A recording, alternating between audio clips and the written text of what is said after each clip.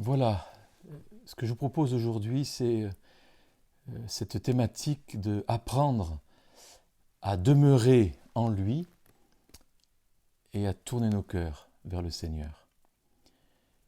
Et j'aimerais partager vraiment non seulement ce que le Seigneur a mis sur mon cœur pour l'Église et au-delà, mais aussi être le porte-parole de plusieurs d'entre vous qui m'ont écrit et qui ont nourri la pensée que je vais vous donner maintenant.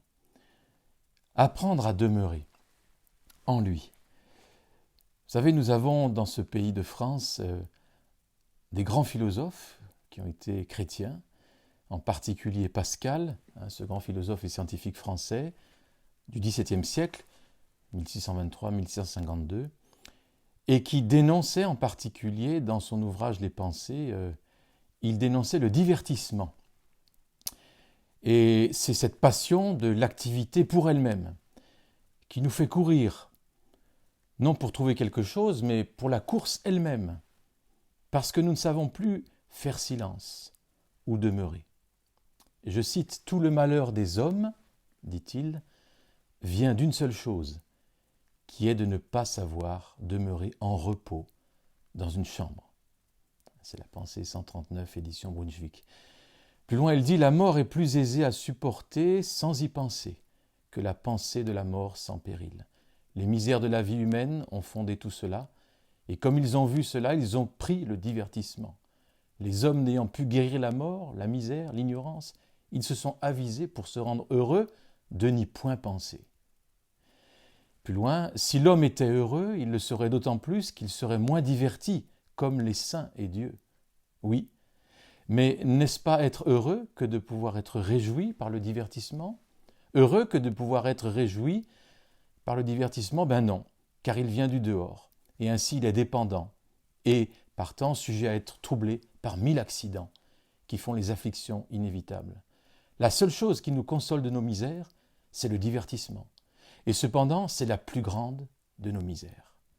Car c'est cela qui nous empêche principalement de songer à nous et qui nous fait perdre insensiblement. Sans cela, nous serions dans l'ennui et cet ennui nous pousserait à chercher un moyen plus solide d'en sortir.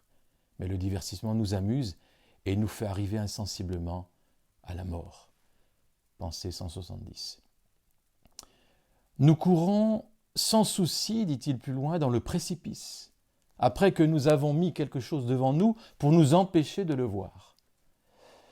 Donc vous voyez, cette période de confinement, elle est l'occasion pour beaucoup d'apprendre à demeurer, à chercher un moyen plus solide d'en sortir, pour reprendre l'expression de Pascal, de sortir de cette condition de l'homme misérable qui est l'homme seul, l'homme sans Dieu, et de faire la même découverte que ce grand philosophe mathématicien a fait l'année 1654, la nuit du 23 novembre.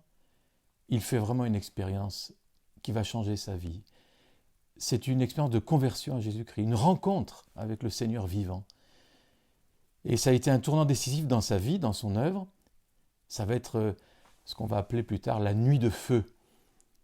Et c'était cette expérience fondamentale dont il a gardé un souvenir tellement intense et précieux qu'il l'a consigné, l'émotion ressentie à ce moment-là, dans un texte qui s'appelle le Mémorial, et qui était tellement précieux pour lui qu'il l'a cousu dans la doublure de son pourpoint. Et chaque fois qu'il changeait de pourpoint, hop, il recousait ça pour mettre à l'intérieur ce témoignage de sa conversion, de sa rencontre avec Jésus.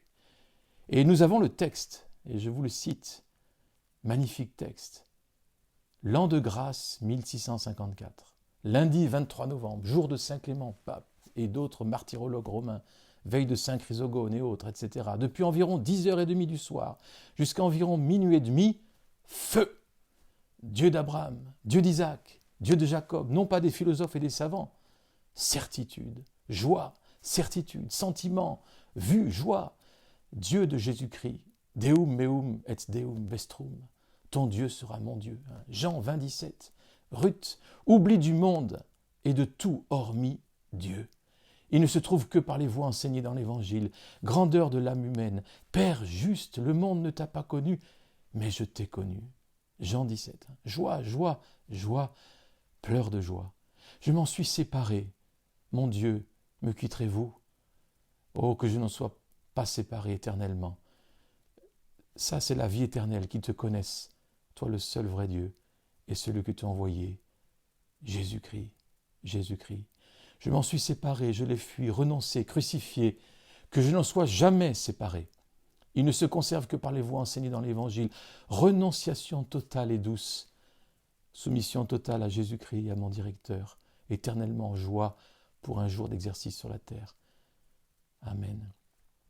Donc voyez, alors que nous sommes dans ce confinement, bien, sachons résister au divertissement qui nous décentre de nous-mêmes. Sachons faire silence.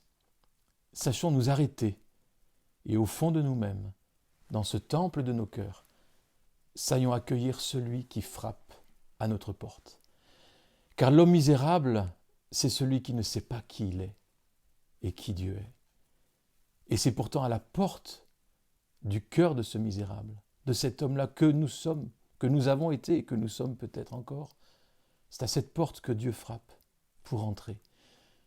Un passage d'Apocalypse chapitre 3, versets 17 à 20 nous dit « Parce que tu dis, je suis riche, je me suis enrichi, je n'ai besoin de rien, et parce que tu ne sais pas que tu es malheureux, misérable, pauvre, aveugle et nu, je te conseille d'acheter de moi de l'or éprouvé par le feu, afin que tu deviennes riche, et des vêtements blancs afin que tu sois vêtu, et que la honte de ta nudité ne paraisse pas, et un collier pour oindre tes yeux afin que tu vois. Moi je reprends et je châtie tout ce que j'aime, et donc du zèle, repens-toi. Voici, je me tiens à la porte, et je frappe. Si quelqu'un entend ma voix et ouvre la porte, j'entrerai chez lui, je souperai avec lui, et lui avec moi. Ça c'est la parole de Dieu pour chacun de nous. C'est la parole de Dieu pour toi peut-être, qui n'a pas donné ton cœur au Seigneur, qui n'a jamais ouvert la porte, qui te croyait riche. Et dans cette situation de pandémie, tout d'un coup, on se sent démuni. Et tout ce qu'on croyait être riche, eh bien, ce n'était que pauvreté et que du vent. À quoi servirait à un homme de gagner le monde entier s'il perdait son âme? Et Jésus insiste sur l'importance de demeurer dans une chambre pour le rencontrer. Matthieu 6,6, mais quand tu pries, entre dans ta chambre, ferme ta porte, prie ton Père qui est là dans le lieu secret. Et ton Père qui voit dans le secret te le rendra. Et bien que nos cœurs soient ces temples qui accueillent Jésus, que nos chambres soient des lieux d'intimité avec notre Père qui nous aime, et que chacune de nos maisons soit sa maison. En le retrouvant lui, on se retrouve soi-même. Et en se retrouvant soi-même, on le retrouve lui. Saint Augustin, un des pères de l'Église, 4e, 5e siècle après Jésus-Christ, disait, il s'est converti sur le tard, après avoir vécu une vie complètement déréglée, mais une vie qui cherchait Dieu, et il l'a trouvé enfin. Et il dit ceci, « Et voici que tu étais au-dedans, et moi au-dehors, et c'est là que je te cherchais. » Confession. Où étais-je, moi, quand je te cherchais? Toi, tu étais devant moi, mais moi, j'étais parti loin de moi, et ne trouvais plus moi-même, moins encore, ô combien, toi-même. Voyez. Donc, ne pas se trouver soi-même, parce qu'on ne trouve pas Dieu. Et en trouvant Dieu, on se retrouve. Saint Augustin continue en disant « Ne t'en va pas au dehors, rentre en toi-même. Au cœur de la créature habite la vérité. Si nous revenons à notre propre cœur, nous trouvons Dieu au fond. » Et il a écrit ce magnifique passage dans l'introduction des Confessions. « Car tu nous as fait pour toi, et notre cœur est sans repos, jusqu'à temps qu'il se repose en toi. » Eh bien, mes frères et sœurs, mes amis, apprenons à nous reposer en lui. Apprenons à demeurer en lui. Rappelons-nous tout le chapitre magistral de Jean, chapitre 15, et lorsqu'il dit au verset 4, « Demeurez en moi, et je demeurerai en vous. » Alors que le monde est un monde qui allait vite, tout s'est arrêté. Et un des bénéfices qu'on doit en retirer, mes amis, c'est d'apprendre à trouver Dieu et à se trouver soi-même, à demeurer en lui, à lui ouvrir la porte de notre cœur, afin qu'il soupe à table avec nous. Donc demeurer, c'est le premier point que je voulais souligner. Et le deuxième point, c'est demeurer pour qu'il y ait un cœur à cœur avec Dieu. Et que dans ce cœur à cœur, face à lui, tout seul, eh bien, nous le laissions guérir et purifier nos cœurs. Une parole qui m'a touché cette semaine, alors que vraiment on a plus de temps pour lire, méditer les Écritures, c'est la parabole du semeur dans Luc chapitre 8, versets 4 à 15. J'aimerais qu'on puisse la lire ensemble et je proposais quelques pistes de méditation. Il y a 2 semaines, bien avant le confinement, 2 ou 3 semaines, avec le groupe d'intercession, ou en intercédant, j'avoue que je ne sais plus très bien, il y a eu cette vision, je crois que c'était à la maison de prière, la tente de la rencontre.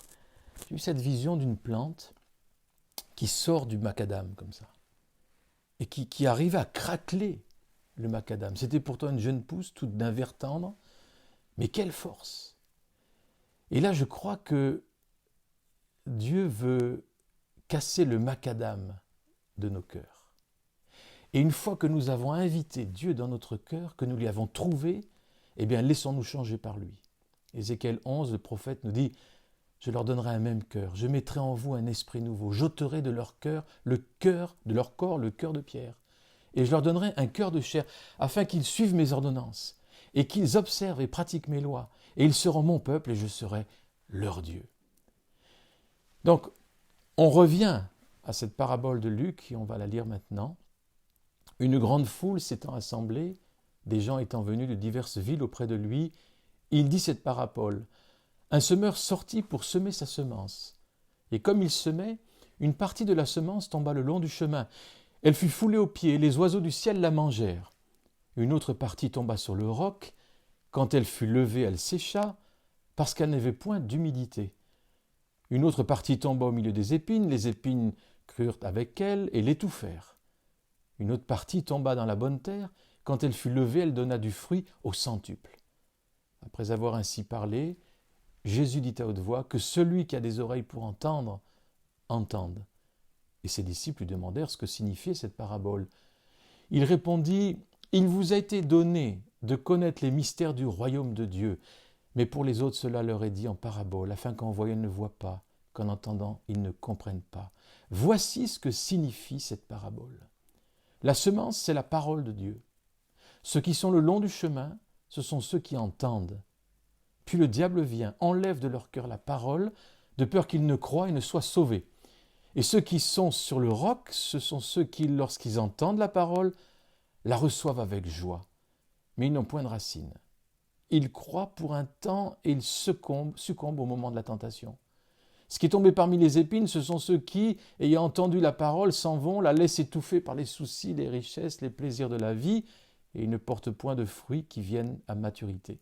Ce qui est tombé dans la bonne terre, ce sont ceux qui, ayant entendu la parole, avec un cœur honnête et bon, la retiennent et portent du fruit avec persévérance. Donc vous voyez plusieurs catégories de terrain. Et tout de suite, le terrain, ça va être le terrain de nos cœurs. La première catégorie, elle se referme sur ceux qui sont atteints d'une insensibilité religieuse complète. Nul travail de conscience, nulle douleur sur le péché, nul effroi de la condamnation, nul besoin de salut, nulle crainte de Dieu. Et par conséquent, nulle affinité avec l'évangile de Jésus-Christ. Et la parole, ne se rattachant à rien dans leur cœur, succombe naturellement aux agents de destruction extérieure. Un seul est relevé dans l'explication qui suivra. C'est le diable qui se sert des divers moyens de distraction pour faire oublier à chacun d'eux ce qu'il a entendu. Donc c'est intéressant de voir que des cœurs dont la terre n'a pas été préparée, qui ne se sont jamais tournés vers Dieu, qui n'ont jamais eu soif, quelque part ils sont comme l'insensible. Et ils se sont toujours plongés dans la distraction, incapacité d'entendre. Et rappelons-nous ce qu'on vient de lire sur Pascal, cette distraction qui nous perd. La seconde catégorie, c'est des cœurs légers, mais inflammables, chez qui l'imagination et la sensibilité suppléent un instant à l'absence de sens moral. Les nouveautés de l'Évangile, l'opposition qu'il affiche aux idées reçues, les charment, mais c'est un moyen nouveau de jouissance qu'ils cherchent, et non la force d'accomplir le sacrifice d'eux-mêmes. Rappelons-nous que Jésus a dit, celui qui voudra garder sa vie, sa psyché, sa façon de penser, la perdra, mais celui qui la perdra la retrouvera. Donc de tels hommes forment presque dans chaque réveil d'ailleurs une portion considérable de nouveaux convertis. Mais la parole se heurte bientôt chez eux à un obstacle intérieur. C'est l'obstacle du cœur de pierre, que l'humiliation de la repentance, le désir de sérieux de la sainteté n'ont pas brisé. Et donc cette parole se trouve à la merci des circonstances défavorables qui surviennent. Chez Luc, il va parler de la tentation. Et chez Matthieu et Marc, avec la même parabole, ils vont parler de la tribulation, de la persécution. Et vous voyez, et au temps de Jésus, l'inimitié des chefs, la fureur des pharisiens, la honte de l'excommunication, la nécessité de souffrir, en un mot, pour rester fidèle, tout cela refroidit bientôt ceux qui n'ont cherché dans l'Évangile qu'un moyen de jouissance spirituelle. Et ils succombent. Et si tu as cherché jusque-là, dans l'Évangile, un plus, pour améliorer ta vie, agrémenter un peu ta vie, avec un peu de guérison, un peu de communion, un peu de joie, un peu de musique, eh bien là, ça ne tient pas, mes amis. Et il faut que le Seigneur touche ton cœur et attaque la terre plus profondément. Enlève les pierres. Troisième catégorie de population, ce sont des cœurs qui sont sérieux, mais partagés. Ils cherchent le salut, le reconnaissent le prix de l'Évangile, mais ils veulent aussi, en même temps, jouir du bien-être terrestre, se procurer une vie commode. Ils ne sont pas décidés à mettre en premier le règne de Dieu au-dessus de tout. Rappelez-vous ce que Jésus nous a dit, cherchez d'abord le royaume de Dieu et sa justice, et toutes choses vous seront données par-dessus. Ces personnes se retrouvent aujourd'hui parmi ceux qu'on envisage parfois comme les vrais chrétiens du troupeau. Et le cœur terrestre persiste à côté de l'intérêt religieux et empêche jusqu'à la fin une conversion complète. L'avortement de la semence provient ici d'une cause interne et qui est à la fois triple et une. Les soucis, pour ceux qui sont dans l'indigence en particulier, la richesse, pour ceux qui sont en train de faire fortune, et les jouissances de la vie. Ces gens sont un peu comme Ananias et Saphira surmontés. Ils ont surmonté certaines choses, la crainte de la persécution, mais pour l'exemple d'Ananias et Saphira, mais ils succombent comme eux à l'obstacle intérieur d'un cœur partagé. Voyez ? Ceux qui, ayant entendu la parole, s'en vont, nous dit le texte de la parabole du semeur. Littéralement, s'en vont, c'est s'en allant. C'est un terme qui souligne le train de vie active. On va, on vient, on fait ses affaires. Voilà. Et on reste un cœur partagé. Et là, la parole, la semence, elle n'arrive pas à porter du fruit. Parce que la terre n'est pas encore préparée. Quatrième catégorie, les besoins spirituels dominent absolument. La conscience morale, elle ne dort pas comme chez les premiers, c'est elle, et non comme chez les seconds, l'imagination ou la sensibilité qui règle la volonté. L'esprit règne, enfin, sur les préoccupations terrestres, qui l'emportent chez les troisièmes. Ce sont les âmes que décrit Paul en Romains 7. Et on retrouve dans Romains chapitre 2, verset 7, les mêmes expressions que dans le texte de la parabole du semeur. Lorsqu'il est dit « réservant la vie éternelle à ceux qui, par la persévérance », c'est le même mot « persévérance » qu'on retrouve ici, « à bien faire, agathos », c'est le même mot qu'on retrouve dans Luc 8, cherchent l'honneur, la gloire et l'immortalité. L'honneur, il s'agit de l'honneur de Dieu. Ça me fait penser à David lorsqu'il parle à son fils Salomon et qui lui dit « Mon fils, que l'Éternel soit avec toi pour que tu bâtisses la maison de l'Éternel et qu'elle soit un haut degré d'honneur dans le pays. » Donc cette parabole nous invite à écouter, entendre la parole. Dans ce temps de confinement, mes amis, exerçons nos oreilles. À quoi ça servirait tous les messages qu'on a pu entendre, toutes les musiques qu'on a pu chanter, si nous ne savons pas entendre le Seigneur? Donc écoutez la parole. Ensuite, avec un cœur honnête, kalos, et bon, agathos. Un cœur préparé, un cœur qui cherche Dieu. Ensuite, retenir la parole. Et ensuite, la retenir avec persévérance. Et tout cela, ça fait que on va porter du fruit et qu'on peut donner du fruit au centuple. Donc, cette terre qui reçoit la semence, c'est la terre de notre cœur, c'est la terre de ton cœur, c'est la terre de mon cœur. Et au-delà de nos cœurs, c'est la terre de la France. Vous savez, la création entière attend la révélation des fils de Dieu, nous dit la Bible dans l'Épître aux Romains. Tu peux être ce fils et cette fille. Et alors que tu laisses ton cœur être façonné, touché, la terre de ton cœur être labourée, les pierres être ôtées, ton cœur pouvoir recevoir cette bonne semence, eh bien tu prépares la terre de la France à recevoir la semence indestructible de Dieu. Proverbe 23, verset 26, c'est David qui parle à son fils, un futur roi. Il l'éduque là et il lui dit « Mon fils, donne-moi ton cœur ». C'est ce que Dieu nous dit. Dans ce temps de confinement, mes amis, Dieu nous dit « Apprends à demeurer dans une chambre et donne-moi ton cœur ». Est-ce qu'on pourra entendre un jour cette parole de Dieu qui dit « Ma fille, ma France, donne-moi ton cœur ». Rappelez-vous Jésus qui a dit « Ceux qui ont le cœur pur verront Dieu ». Et je rappelle que le cœur dans la Bible, ce n'est pas seulement le lieu des émotions, des sentiments, c'est le lieu de la volonté, c'est le lieu de la pensée, c'est la racine de notre être. Le cœur y voit, le cœur y pense. Le cœur il connaît, le cœur il reconnaît. Et le cœur de la France a voulu beaucoup connaître, mais sans reconnaître. Eh bien, que le Seigneur guérisse notre cœur de tous les raisonnements tordus, de toutes les pensées tordues, de tout ce qui a été orphelin et qu'on a voulu séparer de Dieu. Laissons Dieu parler à nos cœurs.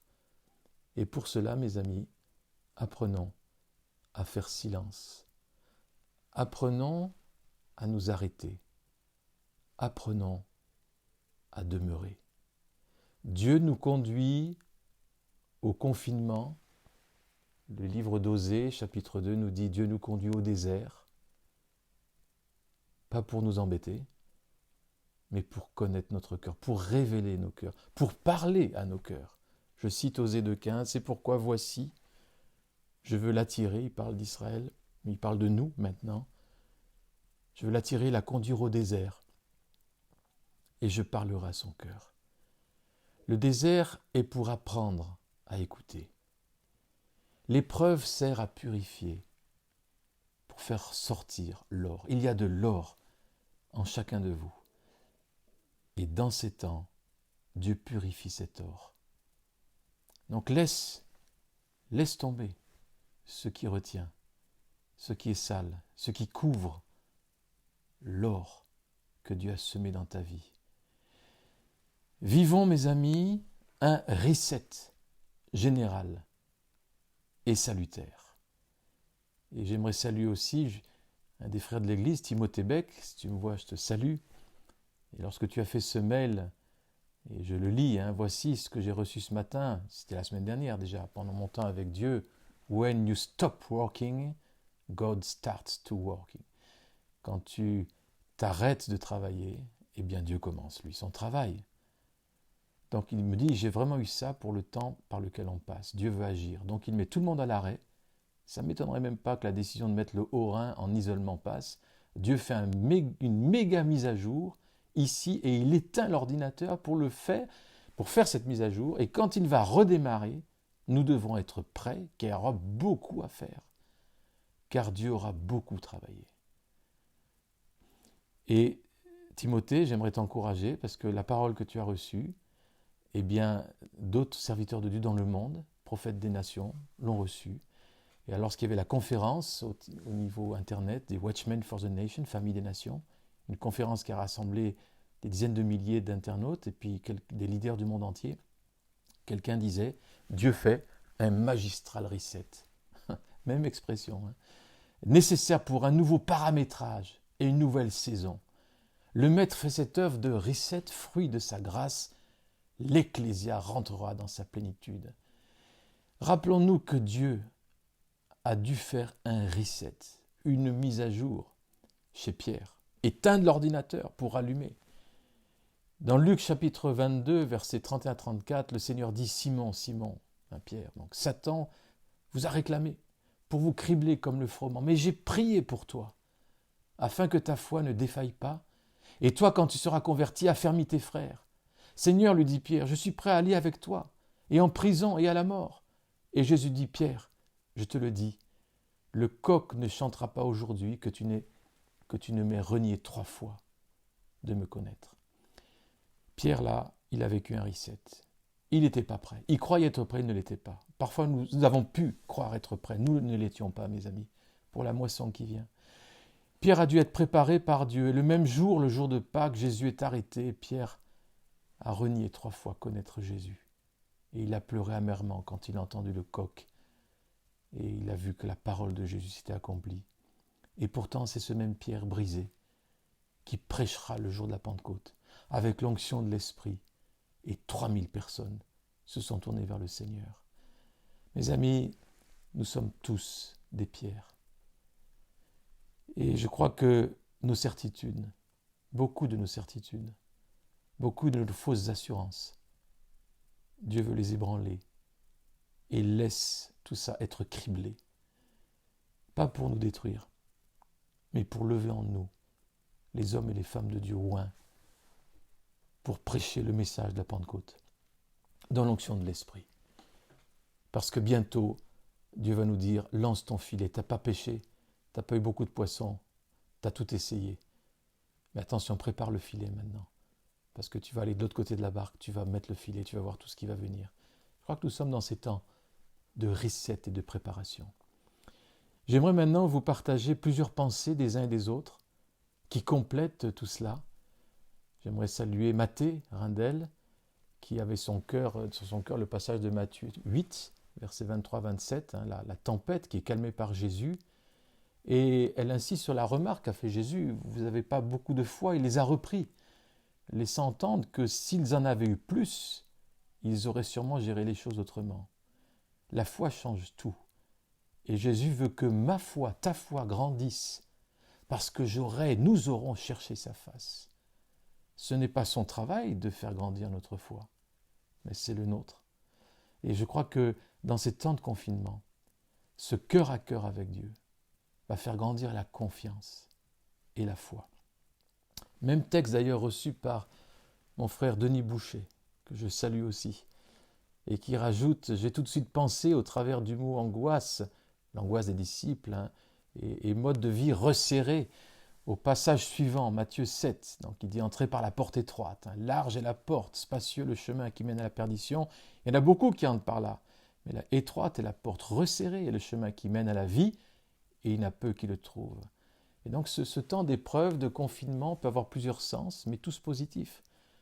Et avec la souffrance, avec cette sorte de persécution quelque part, eh bien Dieu opère.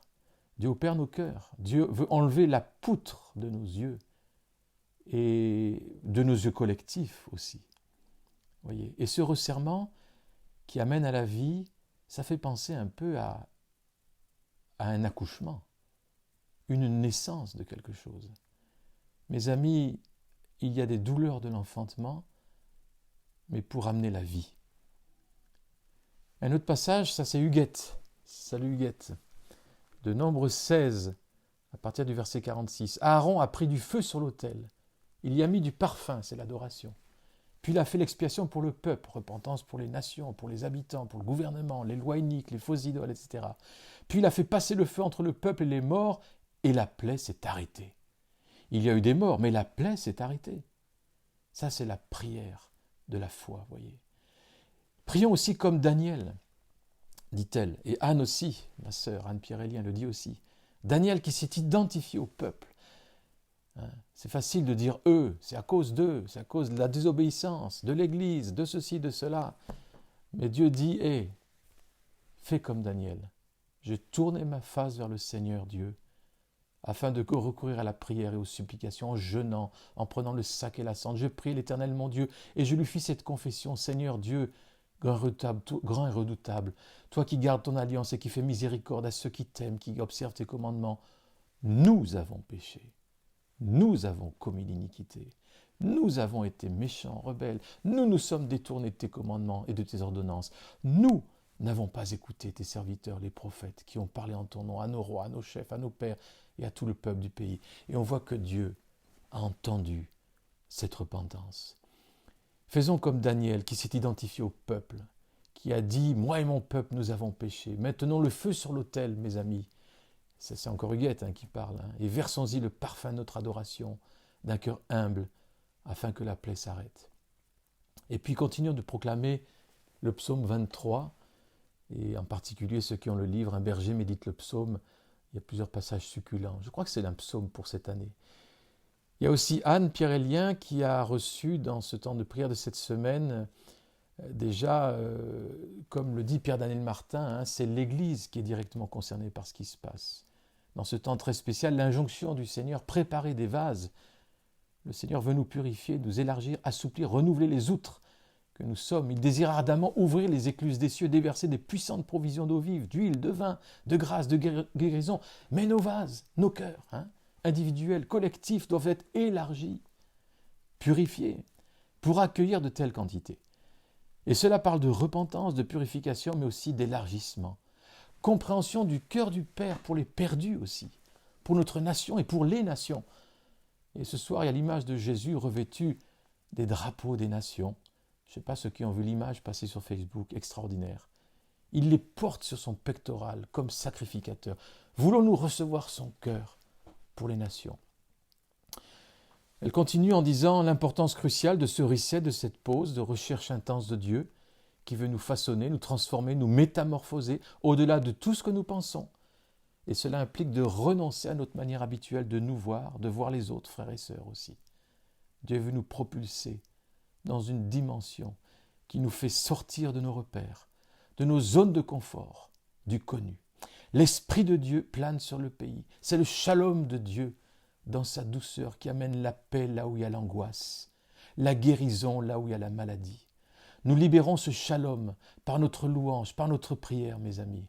Nous chantons aussi l'espérance. Le désespoir et la dépression sont déracinés. Un chant est chanté sur le pays. Lève-toi, mon ami, ma belle, et viens. Car voici l'hiver est passé, la pluie a cessé, elle s'en est allée. Les fleurs paraissant sur la terre, le temps de chanter est arrivé. Et nous, Église prophétique du Seigneur, anticipons la guérison qui viendra. Anticipons le fin du confinement qui viendra en chantant déjà ce printemps et ce chant du bien-aimé qui vient. Donc le chant du bien-aimé qui amène l'Église à se lever, à chanter, à danser.